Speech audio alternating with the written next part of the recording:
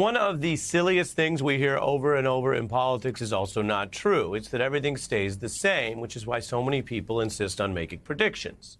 Like you may have heard people say that, well, the evidence coming out of the January 6th committee may not matter if the right-wing media always just defends Trump no matter what, but that assumes a future that we don't know because we are fallible humans. That brings us to a very important report I'm sharing with you right now, and it's something we've mentioned on the broadcast. Hard evidence day after day that parts, not all, but parts of the normally Trump-loyal conservative media are splintering in public and sometimes awkwardly over Donald Trump, his alleged malfeasance or crimes, and whether it's time to look for something other than Trump for the future. This is bursting wide into the open. January 6th floundered. It ended up accidentally exonerating Trump. Why is it that he seems more electable now? It's like, is it because the public saw that it was a show trial? First on the January 6th committee, not a show trial. We even had the Wall Street Journal and the New York Post saying that Trump was unelectable again, that it was dereliction of duty. He sat by and watched this for hours, and That's he was not the what one the person. hearings were about. But of course, it is what the hearings are about. Dereliction. The House is not a show trial. Fox on Fox debate. If you watch The Beat, you may know we welcome all kinds of ideas and sources and debates. What's different is you don't often see that over there. So they are seeing, and their audience is getting, an airing of much more debate over Trump and his potential crimes. Now, you have Rupert Murdoch, that very powerful chairman and basically the guy usually in charge over there, also turning on Trump through what we know to be his key mouthpieces, like the New York Post, which is part of the Fox News parent company there, saying that the silence by Trump was damning on the 6th, or the Wall Street Journal, so influential both in right-wing politics and business, turning on Trump as well. Meanwhile, there's something else going on Fox, because this isn't just about assessing the evidence. Nobody really thinks that, certainly not over there. It may be that going negative on Trump fits the desire to go positive for Ron DeSantis.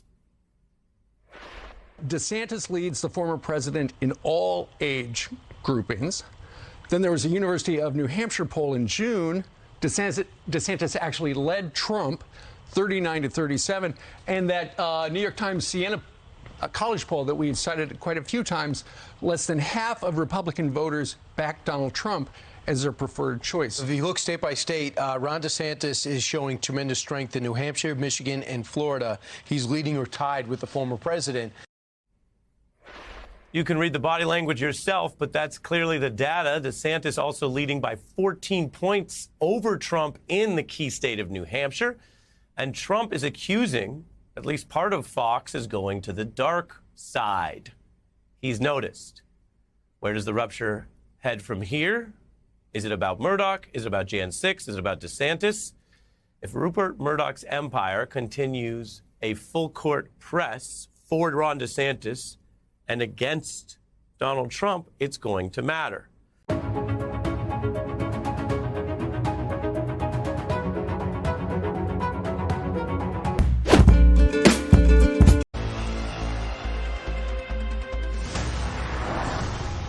Well, listen to this. Chicago's crime rate getting so bad, even their own Chicago Bears don't want to stick around in the town. The Chicago Bears have rejected Mayor Lori Lightfoot's multi-billion-dollar renovation offer to stay in Soldier Field Stadium, opting for the safer Arlington Heights suburb about 30 miles away.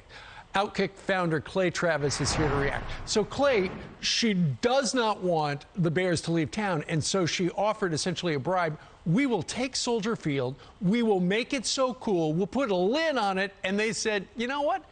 Thank you, but no thank you. She's the worst mayor in America right now, which is saying something, because I know there's a lot of people out there watching right now saying, have you seen what's going on in Philadelphia and Los Angeles? And so many different cities out there right now are struggling. But I think Chicago, more than any other, has the worst mayor in America now that Bill de Blasio has decided he's no longer the mayor here and also not running for Congress. Right.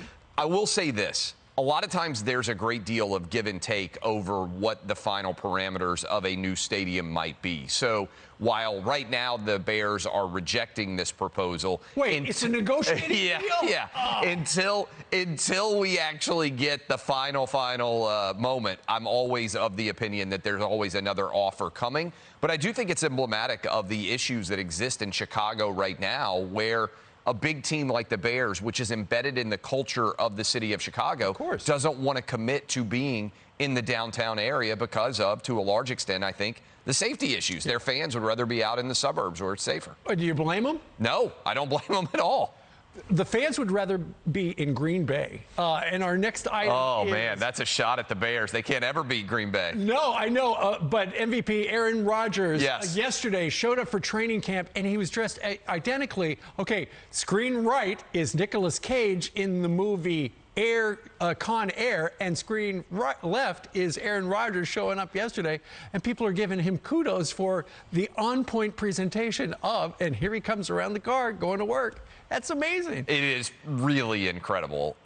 So first of all, Con Air, Steve, when you looked at Con Air, worst Southern accent. I'm from Nashville, right? Worst Southern accent of all time by Nicolas Cage back in the day. But look, Rodgers claims that he doesn't want attention. He's lost Davante Adams, his top wide receiver, and then boom, he shows up like this. This is riveting, fun, just really enjoyable with everybody coming back to camp. I don't remember a better entrance, and I remember Antonio Brown back in the day arriving via a hot air balloon. So this is pretty fun. I got a feeling if I go to Outkick.com right now, I will find that somewhere on the site. You will 1,000,000,000% find that, and you can see that awful Nick Cage accent that he tried to bring to bear in Con Air, where he played the Southern guy. You got to check out Outkick.com. I look a couple of times a day. You guys have lots of interesting stuff. We're rolling. We got a lot of talented people. Absolutely. Clay, thank you very much for Thank you for having us.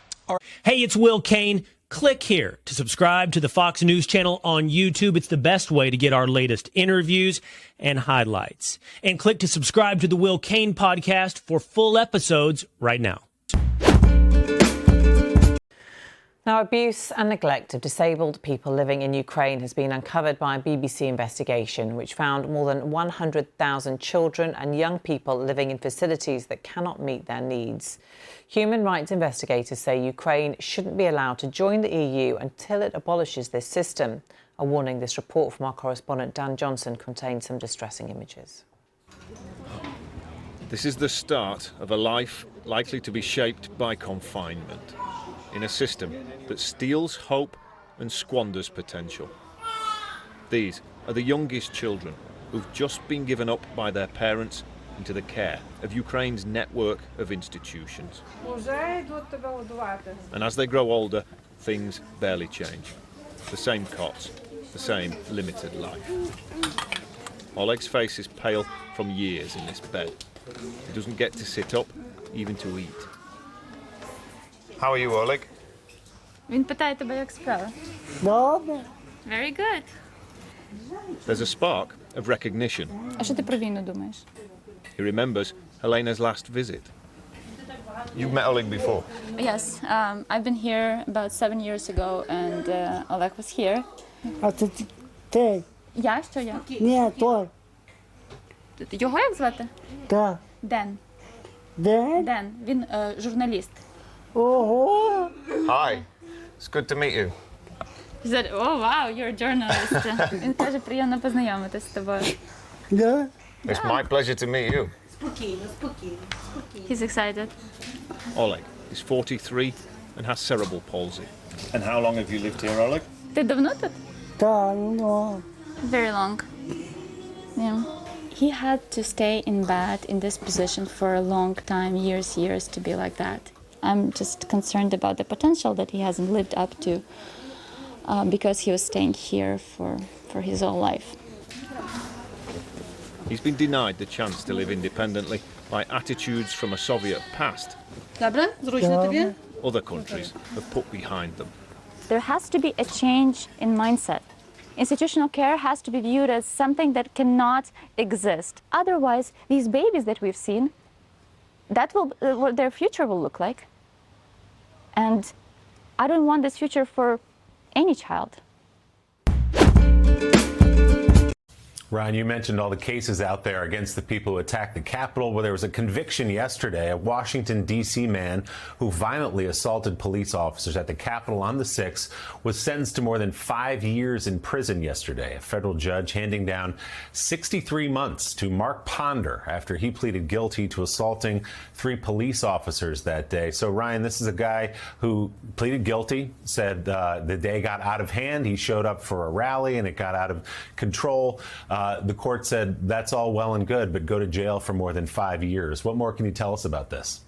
Yeah, that's right. Well, Ponder was one of just a handful of actual D.C. residents who joined the mob that day. As you said, he was sentenced to more than 5 years behind bars. That's tied for the longest sentence that we've had in January 6 cases thus far. In an interview with the FBI after his arrest, Ponder echoed Donald Trump's rhetoric about the 2020 election. He wondered why the Supreme Court and the former Attorney General William Barr hadn't done more and stepped in. And I spoke with one of the officers who Ponder assaulted that day, Sergeant Ganell, and he of the Capitol Police. He previously testified before the January 6th Select Committee and has been present for many of their hearings. And he delivered a victim impact statement in court yesterday. And here's what he told me, quote, "I'm not a vindictive person. I forgive him, but I won't forget what he did. What his actions did was change the trajectory of my life. Instead of getting ready for a promotion and continuing my police work, my profession, I needed to look beyond what I'm going to do after police work. I'm at peace with myself and hope he gets all the help that he needs and comes back as a better person." Yeah, Sergeant Ganell was on with us a couple weeks ago saying a doctor told him recently he's got to quit the police force physically because of his injuries that day. He can't continue to do it, excuse me, and this just goes to show that there will be consequences for people who attacked cops and worse on that day. NBC's Ryan Riley, thanks so much for your reporting. Good to see you this morning. Former President